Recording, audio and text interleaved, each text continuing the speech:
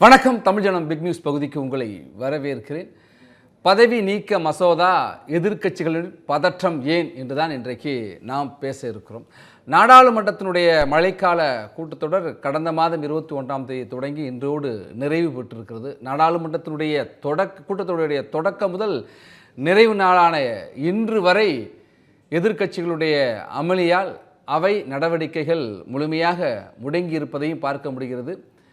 அவ்வப்போது அவையினுடைய அலுவல்கள் என்பது மிக குறைந்த அளவிலே நடைபெற்றிருக்கிறது. பல மசோதாக்கள் விவாதமின்றியே நிறைவேற்ற வேண்டிய ஒரு நிலை ஏற்பட்டிருக்கிறது. மசோதாக்கள் விவாதத்தோடு விவாதித்து கருத்துக்களை ஏற்று நிறைவேற்ற தயாராக இருக்கிறோம் என்று நாடாளுமன்ற விவகாரத்துறை அமைச்சர் பலமுறை எதிர்க்கட்சிகளை வலியுறுத்தி அழைத்தும் கூட எதிர்க்கட்சிகளுடைய அமளியால் இன்றைக்கு நிறைவு நாளும் இரு அவைகளுமே முடங்கியிருந்ததை பார்க்க முடிகிறது. நேற்றைய தினம் கடும் குற்றங்களால் கைது செய்யப்பட்டு 30 நாட்கள் வரை சிறையில் இருந்தால் மத்திய மாநில அமைச்சர்கள், முதலமைச்சர்கள், பிரதமர் வரை அவர்களுடைய பதவி 31ஆவது நாள், அது 30 நாளுக்குள்ளே அவர் சிறையில் இருந்தார்னா அவரை நீக்கிடணும். அப்படி நீக்கப்படவில்லை என்றால் 31ஆவது நாள் தானாகவே அந்த பதவி இழப்பு என்பது நடைமுறைக்கு வந்துவிடும் என்கிற ஒரு சட்ட திருத்தத்தை கொண்டு வந்திருக்காங்க. இதற்கு எதிர்க்கட்சிகள் மிக கடுமையான ஒரு எதிர்ப்பை பதிவு செய்திருக்காங்க. நேற்றையும் பார்க்க முடிகிறது, இன்றையும் பார்க்க முடிகிறது. நிறைய கடுமையான விமர்சனங்கள் இருக்குது. அவர்களுடைய விமர்சனமும்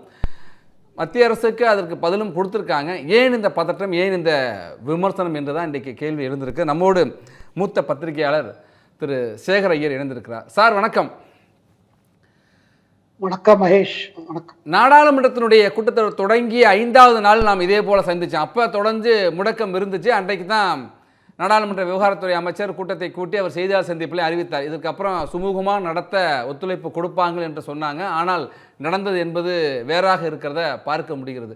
ஒரு மசோதா கொண்டு வந்திருக்காங்க, கூட்டு நடவடிக்கை குழுவுடைய கூட்டுக்குழு விசாரணைக்கு அது போயிருக்கு. ஆனாலும் இவ்வளவு பதற்றமாக எதிர்க்கட்சிகள் மிக கடுமையாக எதிர்ப்பது ஏன், நகலை கிழிச்சு வீசுகிற அளவுக்கு ஏன் இவ்வளவு கடுமையாக அடாவடியாக நடந்து கொள்கிறாங்கன்னா விமர்சனம் வருது. ஏன் இவ்வளோ கடுமை, இவ்வளோ பதற்றம்? பதற்றத்துக்கு காரணம் என்னன்னா, அவங்களுக்கு நினைப்பது என்ன என்றால், நம்ம தலைவர்கள் தான் ஊழலில் மாட்டிக்கொண்டு இருக்கிறார்கள். அது தமிழ்நாடா இருக்கட்டும், மேற்கு வங்காளமா இருக்கட்டும், ஜார்க்கண்டா இருக்கட்டும். ஆகையால் மசோதா என்ன என்று புரிந்து கொள்ளாமல், எந்த காரணத்துக்கு கொண்டு என்று புரிந்து கொள்ளாமல், இதை நாம் எதிர்க்கவில்லை என்றால் இது நமக்கு தான் கழுத்துல இது ஒரு பெரிய இதுவா தொங்கும், சங்கிலியா தொங்கும் அப்படின்னு ஒரு பயம் பிடிச்சிருச்சு. அதுக்கு வேற ஒன்றும் காரணம் இல்லை. அதாவது செந்தில் பாலாஜி மேட்டர்லையும் சரி, அரவிந்த் கெஜ்ரிவால் மேட்டர்லையும் சரி, சுப்ரீம் கோர்ட் என்ன சொல்லிச்சுன்னா, அதாவது ஒரு தலைவர் மேல குற்றச்சாட்டு சிறைக்கு அனுப்பப்பட்டால் ஜாமீன் கிடைக்கவில்லை என்றால் அவர் ராஜினாமா செய்ய வேண்டும் என்று கட்டாயப்படுத்துவதற்கு எங்களிடம் ஒரு ஆதாரம் இல்லை, ஒரு சட்டம் இல்லை. அது அவங்க மாரல் கிரவுண்ட்ல பார்க்கணும். அதாவது அரசியல்ல பார்க்க வேண்டும். அறம் என்ற ஒரு மொராலிட்டி சொல்லுவாங்க பார்த்தீங்களா, அதுல என் மேல குற்றச்சாட்டு வந்துருச்சு, நான் விட்டுட்டு போறேன், அதுக்கப்புறம் நான் கிளியர் ஆயிட்டேன்னா அப்புறம் நான் வரேன். இது ஒரு காலத்துல ஒரு அரசியல் மெயின் கொள்கையா இருந்தது, பொலிட்டிக்கல் மொராலிட்டின்னு சொல்லுவாங்க, அதாவது அரசியல் அறம். இப்ப பாத்தீங்க என்னன்னா, நான் சிறையிலிருந்து செயல்படுவேன் முதல்வராக, சிறையிலிருந்து செயல்படுவேன் அமைச்சராக. இந்த பேட்டர்ன் நம்ம எப்ப பார்த்தோம்னா, செந்தில் பாலாஜி மேட்டர்ல பாருங்க, அவர் 15 மாசம் அமைச்சரா இருந்தார். எப்ப அமைச்சரா இருந்த பிறகு பேல் உங்களுக்கு வேண்டும் என்றால், ஜாமீன் வேண்டும் என்றால் பதவி விட வேண்டும் சொன்ன பிறகு, பதவியை விட்ட பிறகு செந்தில் பாலாஜி பேல் கிடைத்த பிறகு மீண்டும் அமைச்சராகிவிட்டார். இதை எடுத்து மீண்டும் வழக்கு தொடரப்பட்டது. சுப்ரீம் கோர்ட் அதிர்ச்சி ஆகிவிட்டது. இது ஒரு மேட்டருங்க. அதே மாதிரி அரவிந்த் கெஜ்ரிவால் பாருங்க, 6 மாத காலம் நான் சிறையில் இருந்துதான் செயல்படுவேன் முதலமைச்சராக, தில்லியின் முதலமைச்சராக. இதுதான், இப்படித்தான் நான் ஜனநாயகத்தை பாதுகாக்க முடியும். ஏன்னா என்னோட எதிரிகள், அரசியல் எதிரிகள் என்னை ஜெயிலில் அடைத்து விட்டார்கள். ஆனா விஷயம் என்னன்னா மகேஷ், ஒருத்தரை இடியா இருக்கட்டும், சிபிஐ யாரா இருந்தாலும் உங்களை அரசு கைது செய்த பிறகு கோர்ட் முன்னாடி நிறுத்துறாங்க. கோர்ட் எல்லா பேப்பரை பார்த்துட்டு, ஏன்னா சுப்ரீம் கோர்ட்டை பல ஜட்ஜ்மெண்ட்ல என்ன சொல்லியிருக்காங்கன்னா, bail is the norm. Jail is an exception. அதாவது என்ன, ஜாமீன் கட்டாயம் எல்லா கேஸ்லயும் கொடுக்கணும். அப்படி யாரையாவது சிறைக்கு அனுப்ப வேண்டும்னா அதுக்கு ஏதாவது ஒரு விசேஷ காரணம் இருக்கும். இது சுப்ரீம் கோர்ட்டே வகித்த இதுதான். பெயில் மேட்டர்ல எல்லா மேட்டரும் முன்னாடி வரும்போது இதுதான் பார்ப்பாங்க அவங்க. ஒரு பர்டிகுலர் அக்யூஸ்ட ஜெயில வைக்க வேண்டிய அவசியம் இல்லை, ஏன் பெயில் கொடுக்க கூடாது அப்படிதான் கேட்பாங்க. அப்படி இருக்கும் பொழுது அரவிந்த் கெஜ்ரிவால் மேட்டர்ல சிபிஐ கோர்ட்டும் கொடுக்கவில்லை, தில்லி உயர் நீதிமன்றம் கொடுக்கவில்லை, சுப்ரீம் கோர்ட்டும் கொடுக்கவில்லை. அதுக்கு பிறகு 6 மாச கால பிறகு அவருக்கு கிடைச்சிச்சு. ஆனா கிடைத்த போது அவருக்கு சில நிபந்தனைகள் இருந்தது, கண்டிஷன்ஸ். என்ன, நீங்க தில்லியோட முதலமைச்சர் அலுவலகத்துக்கு போக முடியாது, அங்கிருந்து ஃபைல்ஸை பார்க்க முடியாது. அந்த கட்டாயத்தெல்லாம் ஒரு கண்டிஷன் போட்டு அவரை விடுவித்தார்கள். அப்போ அவருக்கு என்ன தோணிச்சு, நான் முதல்ல இருந்து என்ன பிரயோஜனம், அப்பதான் இந்த அத்திஷியை உட்காத்தி வச்சார். அதுக்கு பிறகு டெல்லி எலெக்ஷனில் அதுவே ஒரு பெரிய மேட்டரா அவருக்கு எதிர்த்து போச்சு. அதாவது ஹேமந்த் சோரன் மேட்டர் எடுத்துக்கோங்க. அதாவது என்ன, அதாவது என் மீது எந்த குற்றச்சாட்டு வந்தாலும் பாருங்க, இடி போல சிபிஐ போல எந்த ஏஜென்சிஸ் இருந்தாங்களும் ஏதாவது ஒரு ஆதாரம் இல்லாம கேஸ் முன்னாடி போக முடியாது. மணி லாண்டரிங் எடுத்துக்கோங்க. இப்போ அரவிந்த் கெஜ்ரிவால் 6 மாசம் உள்ள இருந்தார் ஜெயில். என்ன மேட்டரு, லிக்கர் ஸ்கேம்ல money laundering matter. Hemant Soren illegal மைனிங்ல அவர் மேல குற்றச்சாட்டு. இடி மணி லாண்டரிங் காத்து தான் அவர் 5 மாசம் உள்ள இருந்தார். அதே மாதிரி சத்யேந்தர் ஜெயின் எத்தனை நாள் உள்ள இருந்தாரு, அதாவது ஜெயில் துறை அமைச்சராகவே ஜெயிலுக்குள்ள இருந்தாரு. கேட்டா நாங்க அவரை விட்டு கொடுக்கல கெஜ்ரிவால். எப்படி நம்ம சீஃப் மினிஸ்டர் ஸ்டாலின் ஐயா இவரை விட்டு கொடுக்க முடியலையோ செந்தில் பாலாஜி, அதை மாதிரி விட்டு கொடுக்க முடியல. அப்ப அரசியல்ல இருக்கிறவங்க ஒரு அறம் என்று கிடையாதா, மொராலிட்டி என்று கிடையாதா? ஏன்னா இதுதான் அடிப்படை. ஏன்னா அது சுப்ரீம் கோர்ட் என்ன சொல்றாங்க பாருங்க, சட்டம் அந்த மாதிரி சொல்லல, எங்களுக்கு அந்த பவர் சட்டம் கொடுக்கல, வெளியில தள்ளுவது இருக்கு. ஆகையால் இந்த சட்டம் என்ன சொல்லுது, முதல்ல இந்த சட்டம் என்ன சொல்லுவது பார்ப்போம். சட்டம் சொல்வது, அவர் பிரதமரா இருக்கட்டும், ஒருத்தர் முதலமைச்சரா இருக்கட்டும், இல்ல அமைச்சரா இருக்கட்டும், அதுல உங்களுக்கு பெயில் கிடைக்கவில்லை என்றால், அதாவது என்ன 30 நாள் வரையும் உங்களுக்கு ஆபாசம் இருக்குது.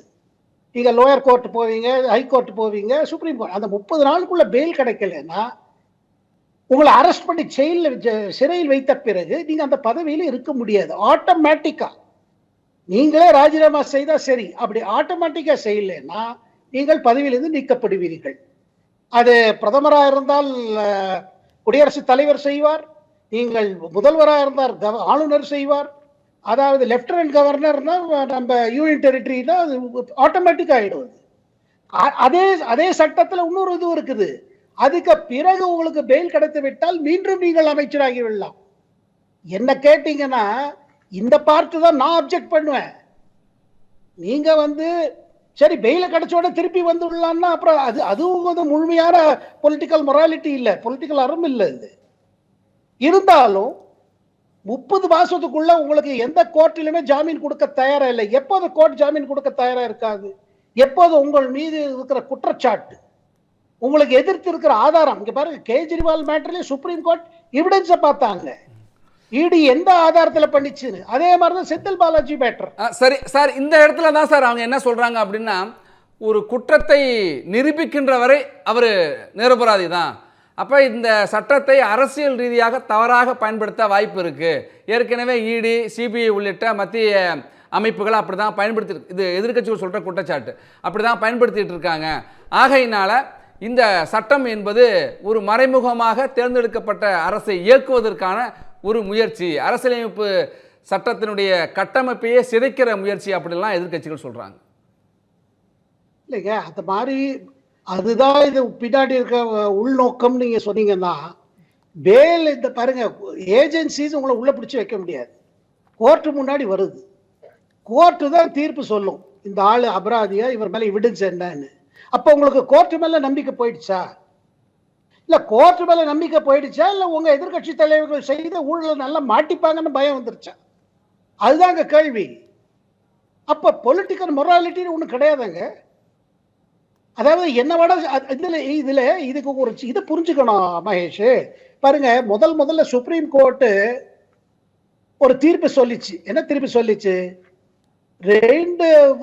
எந்த அதாவது கரப்ஷன் கேசஸ்ல, ஊழல் விவகாரத்துல யாராவது எந்த தலைவருக்காவது 2 வருடம் சிறை தண்டனை கிடைச்சிச்சுன்னா உடனடியாக அவங்க பதவி போயிடும். பதவினா என்ன? மெம்பர் ஆஃப் பார்லிமெண்ட், எம்எல்ஏ உடனே போயிடும். அது போச்சுன்னா அமைச்சர் பதவி போயிடும். முதலமைச்சராக இருந்தாலும் சரி, அமைச்சராக இருந்தாலும் பதவி போயிடும். சுப்ரீம் கோர்ட் தீர்ப்பு சொல்லிச்சு. அது எப்போ? 2013 சொல்லிச்சு. அப்ப சொன்ன போது மன்மோகன் சிங் கவர்மெண்ட் லாலு பிரசாத் யாதவை காப்பாற்றுவதற்காக ஒரு ஆர்டினன்ஸை தயார் செய்தார்கள், அவசர சட்டத்தை. அப்ப செய்த போது இதே ராகுல் காந்தி என்ன பண்ணாரு? டெல்லியோட பிரஸ் கிளப்ல வந்து அந்த அவசர சட்டத்தோட பேப்பர் எடுத்துட்டு வந்து கிழிச்சு போட்டார். அதாவது மன்மோகன் அரசு செய்தது தவறு, இந்த மாதிரி ஆர்டினன்ஸ் எல்லாம் போடக்கூடாது, அவசர சட்டம் கொண்டுறக்கூடாது சொன்னார். அதே ராகுல் காந்தி இன்னைக்கு, ஏன்னா அவர் அப்ப என்ன நினைச்சாரு? ஊழல் தலைவர்கள் லாலு பிரசாத் யாதவ் மீது இவ்வளவு குற்றங்கள் இருக்கும் பொழுது ஒரு தீர்ப்பு வந்த பிறகு அவருக்கு பதவி போகுங்கிறதுக்கு எப்படி பண்ண முடியும்? அதுக்கு பிறகு இவங்க என்ன நினைச்சாங்க? இல்ல இல்ல, இது வந்து அதாவது என்ன முதல்ல என்ன இருந்தது, அதாவது இவங்க அரசு தரப்பில், அதாவது காங்கிரஸ் அரசோட இது என்ன பாருங்க, ஒரு தீர்ப்பு வந்த பிறகு உடனடியா விட வேண்டாம், கடைசி வரையில் கொண்டு போகலாம். அதாவது அப்பீல் போறவர்கள் அவங்களுக்கு ஒன்றும் பாதிக்க கூடாதுன்னு. அதாவது என்னன்னா, இப்போ ஒரு லோயர் கோர்ட்ல ஒரு ஸ்பெஷல் கோர்ட் உங்க தீர்ப்பு எதிர்த்து கொடுக்கறது ஊழல் விவகாரம். இப்ப சசிகலா மாதிரி விவகாரம் வச்சுக்காங்க, அது சுப்ரீம் கோர்ட் வரையில் போச்சு. இல்ல ஜெயலலிதா விவகாரமா இருக்கட்டும். பட் மற்ற வேற ஏதாவது விவகாரம் ஒரு லோயர் கோர்ட்ல தீர்ப்பு வந்ததுன்னா 2 வருஷமாக அதிகமாக உங்களுக்கு சிறை தண்டனை அடைத்தால் நீங்கள் உடனடியே பதவி விட வேண்டாம், நீங்கள் உயர் நீதிமன்றம் செல்லலாம். அதுக்கு பிறகு உச்ச நீதிமன்றம் சென்ற பிறகு உங்களுக்கு வேற ரிலீஃப் இல்லைன்னா போறது. ஆனா சுப்ரீம் கோர்ட் அதை மறுத்து விட்டது.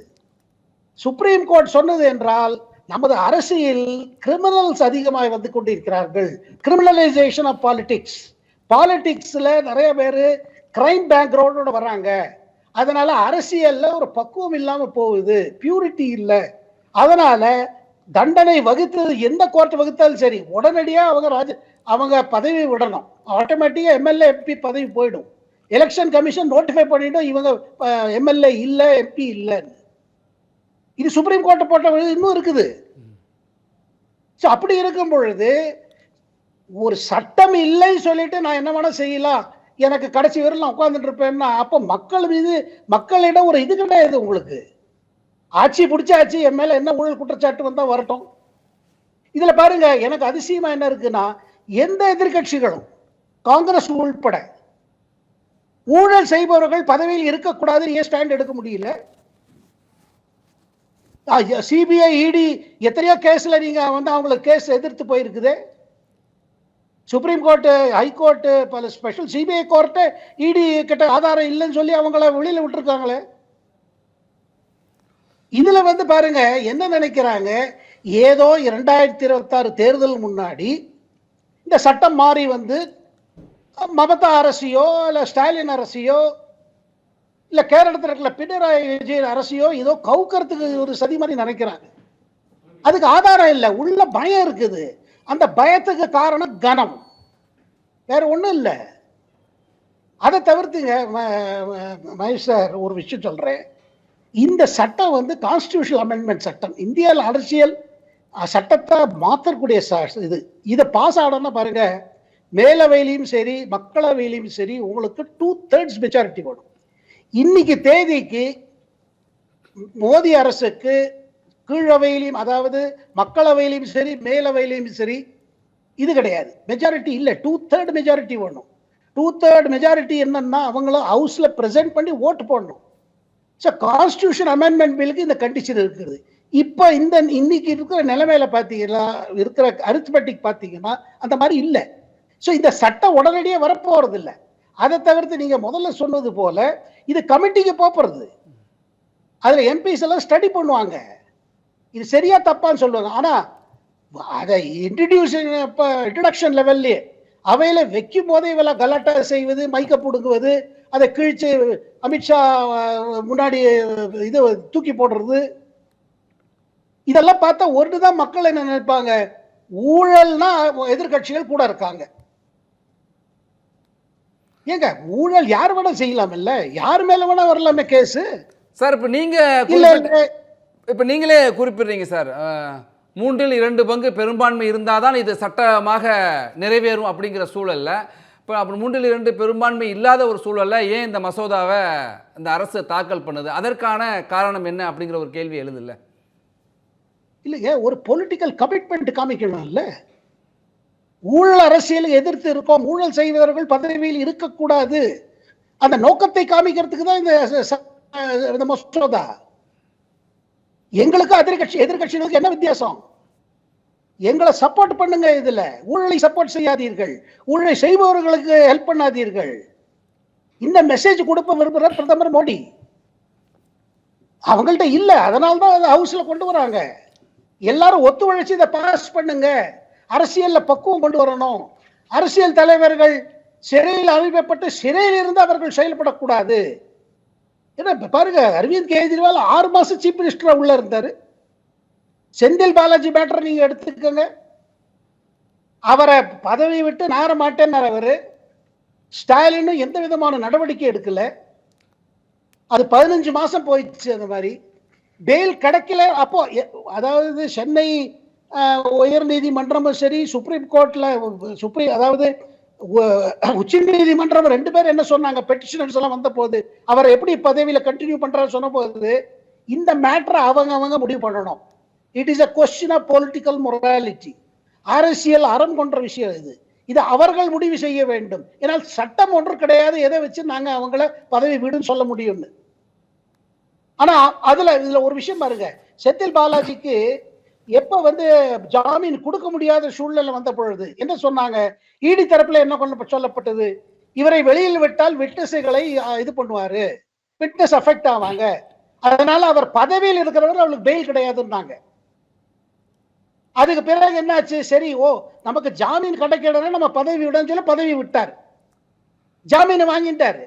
அதுக்கு பிறகு மீண்டும் மந்திரி ஆயிட்டாரு, கொடுத்த உடனே பதவி ஏற்றாரு. இல்ல இதுல என்ன தெரியுதுங்க, என்ன கமிட்மெண்ட் கேட்கறேன்னா சார், அப்ப ஒரு பெரும்பான்மை 3/2 பெரும்பான்மை இல்லை என்றாலும் மிக முக்கியத்துவமாக இந்த சட்ட திருத்தத்தை கொண்டு வர்றாங்க அப்படின்னாக்கா எதிர்க்கட்சிகளும் ஆக்கப்பூர்வமாக ஒத்துழைக்க வேண்டும் என்பதுதான் பாஜகவுடைய இல்ல மத்திய அரசுடைய விருப்பமாக இருக்கு அப்படின்னு எடுத்துக்கலாமா இதன் மூலமா? கட்டாயமாக. இங்க பாருங்க, இன்னைக்கு பாஜக அரசு இருக்கு, நாளைக்கு வேற ஏதாவது அரசு வரும். சட்டம் எப்போது இருக்க போகுது? ஊழல் இன்றைக்கு உங்களுக்கு தோணுது எல்லா ஊழலும் உங்க தலைவர்கள் தான் எதிர்கட்சிகளுக்கு தோணுது. ஏங்க ஒண்ணுமே இல்லாம இடி கேஸ் பண்ண முடியுமா? ஒண்ணுமே இல்லாம சிபிஐ கேஸ் போட முடியுமா? அப்படி போட்டானா ஏன் எல்லா அமைச்சரும் மேலே போடல? எத்தனை அமைச்சர் இப்ப தமிழ்நாடு எடுத்துப்போம், எத்தனை அமைச்சர் மீது இருக்கிறது? எல்லா அமைச்சர் மீது இருக்கிறதா? இல்லையே. அவர்கள் மீது இருக்கிறது யார் மீது? மக்களே நம்புகிறார்கள் அவர்கள் ஊழல் செய்தவர்கள் என்று. பப்ளிக் பர்செப்ஷன் இருக்குதுங்க அதுல. நீங்க சொல்லுங்க, தமிழ்நாடு எடுத்துக்கோங்க, யார் மேல இடியோ சிபிஐயோ கேஸ் வந்திருக்கோ, அந்த கேஸ் வந்த ஓரொரு அமைச்சர் பேர் நான் சொல்ல விரும்பல, அவர்கள் மீது மக்கள் அபிப்பிராயம் என்ன? இதுல மேட்டர்ல ஏதாவது இருக்கா இல்லையா? பப்ளிக் சிம்பத்தி யார் கூட இருக்குதுங்க? எல்லாரும் என்ன சொல்றாங்க, நிறைய சம்பாதிச்சிட்டாங்க 10 தலைமுறை சம்பாதிச்சிட்டாங்க, ஆட்சியில் இருக்காங்க தானே சொல்றாங்க எல்லாரும். அதே மாதிரிதான் மேற்கு வங்காளத்துக்கு என்ன நடந்தாலும் நடந்திருக்கு பாருங்க. 50 கோடி ரூபாய் கேஷ் கிடைக்கிறது மேற்கு வங்காளத்தோட கல்வித்துறை அமைச்சர் வீட்டில். இது பாருங்க, அதாவது ஊழல் செய்வது எங்கள் உரிமை மாதிரி பண்ணிக்கிறாங்களே. நீங்க 2 முதலமைச்சருடைய கருத்தை குறிப்பிடுறீங்க, தமிழ்நாடு முதலமைச்சரையும் குறிப்பிடுறீங்க, மேற்கு வங்க முதலமைச்சரும் குறிப்பிடுறீங்க. தமிழ்நாடு முதலமைச்சர் என்ன சொல்றாருன்னா, இது மக்களாட்சி அடித்தளத்தையே களங்கப்படுத்துகிற முயற்சி அப்படின்னு தமிழ்நாடு முதலமைச்சர் சொல்றார். மேற்கு வங்கத்துடைய முதலமைச்சர் என்ன சொல்றாங்க அப்படின்னாக்கா, இது ஒரு சூப்பர் எமர்ஜென்சியை விட கொடுமையானது அப்படின்னு சொல்றாங்க. ஆனா மத்திய அரசு தரப்புல சொல்றாங்க, இது ஊழலற்ற ஒரு அப்பழுக்கற்றவர் அமைச்சராக இது பிரதமர் வரைக்குமே குறிப்பிட்டிருக்காங்க. அப்ப நீங்க எதுக்குற, நீங்க ஊழலுக்கு எதிராக இருக்கிறீங்களா அல்லது ஊழலுக்கு ஆதரவாக இருக்கிறீங்களா? யாருக்கு ஆதரவு, உங்கள் ஆதரவுங்கிற ஒரு கேள்வியை முன் வச்சிருக்காங்க. ஆனால் இந்த முதலமைச்சர்கள் இருவருமே இல்லை எதிர்க்கட்சி தலைவர்களுமே மிக கடுமையான விமர்சனத்தை எடுத்த எடுப்பிலேயே தொடர்ந்து வைக்கிறாங்க, இன்னைக்கும் பேசிட்டு இருக்காங்க. இல்ல அதுக்கு காரணம் என்ன புரியுது இல்லைங்க மகேஷ் சார்? காரணம் என்ன பாருங்க, இன்னைக்கு இப்பதான் நம்ம தமிழ் வெற்றி கட்சியோட 2வது இது பாத்தீங்க, விஜய் பேசினாரு. அதுல முக்கியமா அவர் சொன்னது ஊழலை பத்தி தானே சொல்றாரு. எவ்வளவு உள் வந்துருச்சு தமிழ்நாட்டுலன்னு அப்ப யாரை காமிக்கிறாரு? அதாவது இன்னொரு விஷயங்க, நேத்திக்கு அவையில அவர் உள்துறை அமைச்சர் அமித்ஷா இந்த மசோதாவை கொண்டு வரும் பொழுது காங்கிரஸ் பெரிய தலைவர் கேசி வேணுகோபால் சொல்றாரு, நீங்க என்ன டபுள் ஸ்டாண்டர்ட் காமிக்கிறீங்க? உங்களுக்கு எதிர்த்து கேஸ் வந்த போது அப்ப நீங்க என்ன ராஜினாமா பண்ணாரான்னு கேட்டார். கேசி வேணுகோபாலுக்கு மெமரி கம்மி. உடனே அமித்ஷா என்ன சொன்னாரு, என் மீது சிபிஐ வழக்கு கொண்டு வந்த போது, நான் குஜராத்தின் உள்துறை அமைச்சராக இருந்த பொழுது சிபிஐ மேல கேஸ் போட்டு என்னை சிறையில் அடைக்கணும் என்று இதை சொன்ன போதே நான் ராஜினாமா செய்துட்டேன்னாரு. அதை தவிர்த்துங்க, அமித்ஷா கேஸ்ல அந்த கேஸ் முடிகிறவர்கள், அது கொலை வழக்கு, அந்த கேஸ் முடிகிறவர்கள் குஜராத்திலே அவர் இருக்கக்கூடாதுன்னு ஆர்டர் வந்தது. ஆகையால் அந்த கேஸ் மகாராஷ்டிராவிலிருந்து, அதாவது குஜராத்திலிருந்து மகாராஷ்டிராவுக்கு டிரான்ஸ்பர் செய்யப்பட்டது. அந்த உதாரணம் நேற்றுக்கு சொல்லி பார்த்து கேசி வேணுகோபால் மூஞ்சில கறி பூசிட்டாரு. எல்லாத்தோட ஆச்சரியம் இல்ல, எல்லாத்தோட ஆச்சரியம், இதே ராகுல் காந்தி ஊழலுக்கு எதிர்த்து குரல் கொடுத்து அந்த அவசர சட்டத்தை கிழிச்சு போட்டாரு. அதாவது இங்க பாருங்க, ஊழலை எதிர்த்து போராட வேண்டியது இப்ப இருக்கிற ஆளுங்கட்சியோட கடமை தானா, எதிர்கட்சிகளோடது இல்லையா? நிச்சயமாக எதை எடுத்தாலும் சிபிஐ இடி சிபிஐ இடினா இது என்னங்க இது? எதிர்கட்சிகள் ஆக்கப்பூர்வமாக இது ஒத்துழைப்பு கொடுக்க வேண்டும் என்கிற வாதம் ஒரு பக்கம் இருக்கிறப்ப, எதிர்கட்சியில் இன்னொரு விஷயத்தையும் சொல்றாங்க. எஸ்ஆர் பொம்மை வழக்கிற்கு பிறகு ஒரு மாநில அரசை எளிதில் கலைப்பது என்பது வாய்ப்பு இல்லை. அப்படி இருக்கிற சூழலில் இது போன்ற சட்டங்களை கொண்டு வந்து இடியோ அல்லது சிபிஐ கொண்டு மத்திய அரசு மக்களால் தேர்ந்தெடுக்கப்பட்ட மாநில அரசுகளை இயக்குவதற்கு அல்லது இது போன்ற சட்டங்கள் மூலமாக அதை முடக்குவதற்கான முயற்சி அப்படின்னு ஒரு குற்றச்சாட்டை பகிரங்கமாகவே அவங்க முன்வைக்கிறாங்க. இல்லைங்க, அது பாருங்க, எஸ்ஆர் பொம்மை கேஸ்ல என்ன சொன்னாங்க? எஸ்ஆர் பொம்மை ஜட்ஜ்மெண்ட் என்ன, இந்த மேட்டர் என்ன? இல்ல ஒரு மாநில அரசு ஒரு அமைச்சர் இல்ல, இதுல எப்படி மாநில அரசு கரைக்கப்படுவார்? ஒரு கட்சியில முதல்வர் மீது ஒரு ஊழல் வழக்கு வருகிறது, அவரை கைதி ஆறாரு வச்சுக்கோங்க. அப்படி கைதி ஆனார்னா பெயில் கிடைக்காதா அவருக்கு? அப்படி கிடைக்கலன்னா அந்த கட்சி ஆட்சி போகுதா? இன்னொரு ஆளை தேர்ந்தெடுங்க, அப்புறம் நீங்க 40 நாள்ல பெயில் வாங்கிட்டு திருப்பி உள்ள வாங்கல, அதுல இருக்குது. அதாவது ஒரு அக்யூஸ்ட் 30 நாளுக்குள்ள அதாவது 30 நாளுக்குள்ள ஜாமீன் கிடைக்கவில்லை என்றால் அவர்கள் அந்த ஆபீஸ்ல இருக்க மாட்டாங்க. ஆனா once they granted bail, such leaders may be reinstated அந்த சட்டம் சொல்லுது. அதாவது அந்த தலைவர்களுக்கு பெயில் கிடைத்த பிறகு மீண்டும் வரலாம். நான் சொல்வது என்றால் இதுவே தவறுங்கிறேன் நான். ஏன்னா பாருங்க, அரசியல் அறங்கிறது என்னங்க? What is political morality? ஒரு டயத்துல குற்றச்சாட்டு வந்தாலே பதவி விட்டுருவாங்க. நான் நிரபராதி கோர்ட்ல சொல்லாதவர்கள் திருப்பி வர மாட்டேன்னு சொல்ற காலம் இருந்தது. இப்ப என்னடானா, என்ன வேணா சொல்லு, நான் ஆட்சியில இருப்பேன், அது நான் மதசாரற்ற அரசியல் செய்யறதுனால இன்னும் இருப்பேனா, என்ன வேணா செய்வேன் இருப்பேனா. ஏன்னா என்னோடது செக்குலர் பாலிடிக்ஸ். அப்ப செக்குலர் பாலிடிக்ஸ்னா ஊழல் பாலிடிக்ஸா? இது என்னங்க? அதாவது ஏதோ ஆர்குமெண்ட் வச்சு ஏதோ கனெக்ட் பண்றாங்க. அப்போ ஊழல் கேஸ் எதுவுமே பண்ணக்கூடாது. அப்போ ஊழல் நேரவே சொல்லிடலாமே, ஊழல் தடுப்பு சட்டத்தை நகற்றி விடுங்கள், prevention of corruption act abolish பண்ணிடுங்கள், நாங்கள் முத்துடன் ஒத்துழைப்பும் சொல்லுவாங்க. இவங்க எதிர்கட்சிகள் இன்றைக்கு சார், சாரி டு சே, ஏதோ விதத்தில் ஊழல் அரசியலையே பின்பற்றாங்களே வழிய ஊழல் அரசியலுக்காக செயல்படுற மாதிரி இருக்குது. இப்படி இருக்கும் பொழுது அகில இந்திய லெவலில் மக்கள் எப்படி அவர்கள் மீது நம்பிக்கை கொள்வார்கள் சொல்லுங்க? நீங்க எலெக்ஷன்ல ஜெயிக்கலன்னா ஓட்டு திருடிட்டாங்க, தேர்தல் ஆணையமே திருட்டி எங்கள்கிட்ட அவங்களுக்கு கொடுத்தான்னு ஒரு குற்றச்சாட்டு வைக்கிறீங்க.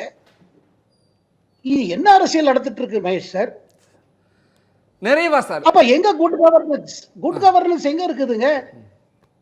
அதாவது right to corruption, right to be in office despite corruption case, அந்த மாதிரி உரிமை கொண்டாடுறாங்களே. நிறைவா இது முடிச்சிருங்க சார், முடிச்சிருங்க. இது சீரியஸ் இல்ல மகேஷ் சார், இது சீரியஸ் மேட்டர். இதை நம்ம கரப்ஷன் இதுக்கு ஏதாவது ஒரு மெசேஜ் இருக்கணும். இன்னைக்கு பாருங்க, அதாவது நீங்க சொல்லுங்க, அந்த மாதிரி அப்பாவி யாராவது தலைவர் பார்த்திருக்கீங்களா கரப்ஷன்ல? சார் இப்ப நிறைய ஒரு தலைவர் பேர் நீங்க சொல்லுங்க, அவர் ரொம்ப அப்பாவி, ரொம்ப நேர்மையானவர், அவர் மீது பொய் ஊழல் வழக்கினால அவர் ஜெயிலுக்கு போயிட்டாரு, அதனால பதவி போச்சுன்னு ஒரு தலைவர் பேரை சொல்லுங்க கடந்த 10 ஆண்டு காலத்துல. ஒருத்தர் கிடையாதுங்க. அதை தவிர்த்து convicted leaders like Lalu Prasad Yadav convicted ஆயிட்டு அரசியல் செஞ்சுட்டு இருக்காரு, உடல்நலவை காமிச்சு பெயில்ல வந்து. என்ன நியாயம் சார் இது? மக்கள் என்ன நினைக்கிறாங்க? அரசியல்வாதிகள் என்ன வேணா செய்யலாங்க, சட்டம் ஒன்று செய்யாது, ஏன்னா சட்டம் அவர்கள் கையில் இருக்கு. அப்படி ஆயிடுச்சு. சரி சார், இப்போ நம்ம நிறைவு பகுதிக்கு வந்துட்டோம் சார். இந்த மசோதா இன்றைக்கு நாடாளுமன்றத்தினுடைய கூட்டுக்குழுடைய விசாரணைக்கு போயிருக்கு. மக்களவையில் 21 எம்பிக்கள், இங்கே ஒரு 10 எம்பிக்கள் தங்களுடைய கருத்துக்களை திருத்தங்களை சொல்ல போகிறாங்க.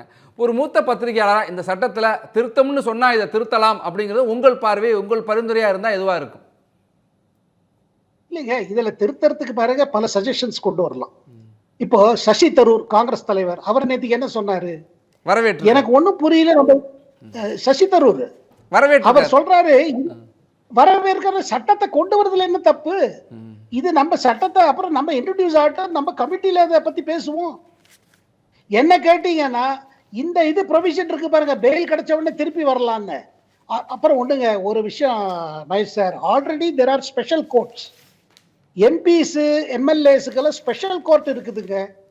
Fast tracking case. மற்றவங்க மாதிரி இவங்க பல ஆண்டு காலம் காத்துட்டு இருக்க வேண்டாம் ஜெயிலில்.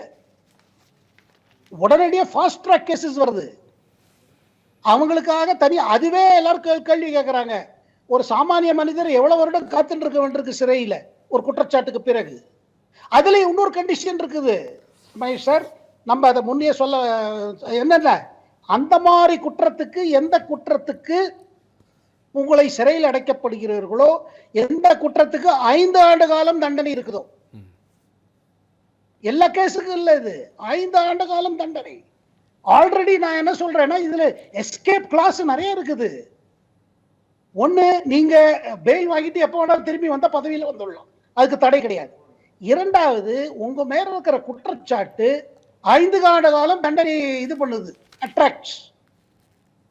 அந்த குற்றத்துக்கு தீர்ப்பு வழங்கினால் 5 ஆண்டு காலம் தண்டனை கிடைக்கும்னு இருந்தாதான் அந்த மாதிரி மேட்டர்ல தான் நீங்க பதவி ஆட்டோமேட்டிக்கா போறது.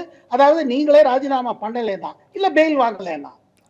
என்ன கேட்டீங்கன்னா, அரசியல் ஊழலுக்கு இது சரியா, இது இன்னும் சட்டம், இது சரியான சட்டம் இல்லை, இது இன்னும் டைட் ஆகணும் அப்படின்னு என்னோட பர்சனல் இது. நன்றி நன்றி. இதனால ஊழல் நிற்கும் நான் நினைக்கிறது இல்லை. நன்றி சார், நேரம் ஒதுக்கி இந்த நேரலையில் உங்கள் கருத்துக்களை பகிர்ந்து கொண்டமைக்கு. மீண்டும் மற்றொரு சிறப்பு விருந்தினரோடு சந்திப்போம். தொடர்ந்து இணைந்திருப்போம்.